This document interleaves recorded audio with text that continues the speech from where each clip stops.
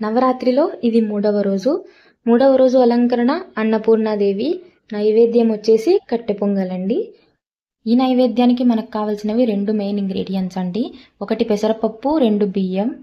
ముందుగా పెసరపప్పుని కుక్కర్లో కొంచెం దోరగా అయితే వేపుకొని అదే క్వాంటిటీలో బియ్యం తీసుకొని రెండింటిని కడిగి కుక్కర్లో పెట్టి విజిల్ అయితే వేయించేసా అండి. అందులోనే కొన్ని మిరియాలు మరియు కొంచెం ఉప్పు అయితే వేసి కొంచెం అలా కలుపుకుని మనం ఈ బియ్యాన్ని మూత పెట్టి విజిల్ వేయించేసా అండి.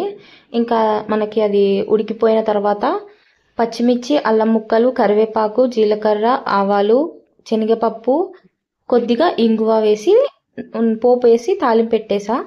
ఇంకా అంతే అండి, నైవేద్యం అయితే అక్కడికి కంప్లీట్ అయిపోతుంది.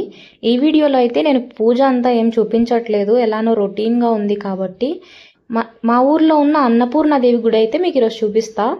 మార్నింగ్ నేను అన్నపూర్ణాదేవి గుడికి వెళ్ళి దర్శనం చేసుకున్నా అండి.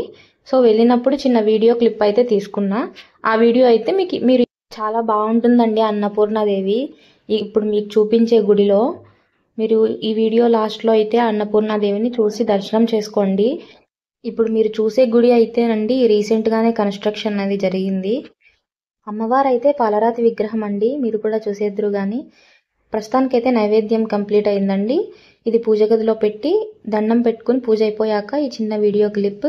ఇప్పటి వరకు మీకు చెప్పిన అన్నపూర్ణాదేవి గుడి అయితే ఇదేనండి. ఇప్పుడు బయట ప్రాంగణం ఇదంతా. అక్కడ నుంచి కొంచెం ముందుకొస్తే మనకి తాబేలు అనేది కనిపిస్తుందండి.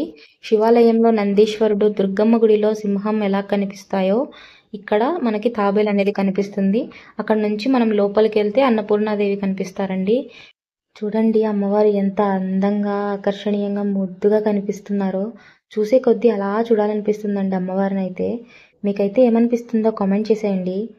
నాకైతే మాత్రం రామ్మ అన్నం తిందు గాని అని పిలుస్తున్నట్టు అనిపిస్తుందండి అమ్మవారిని చూస్తుంటే.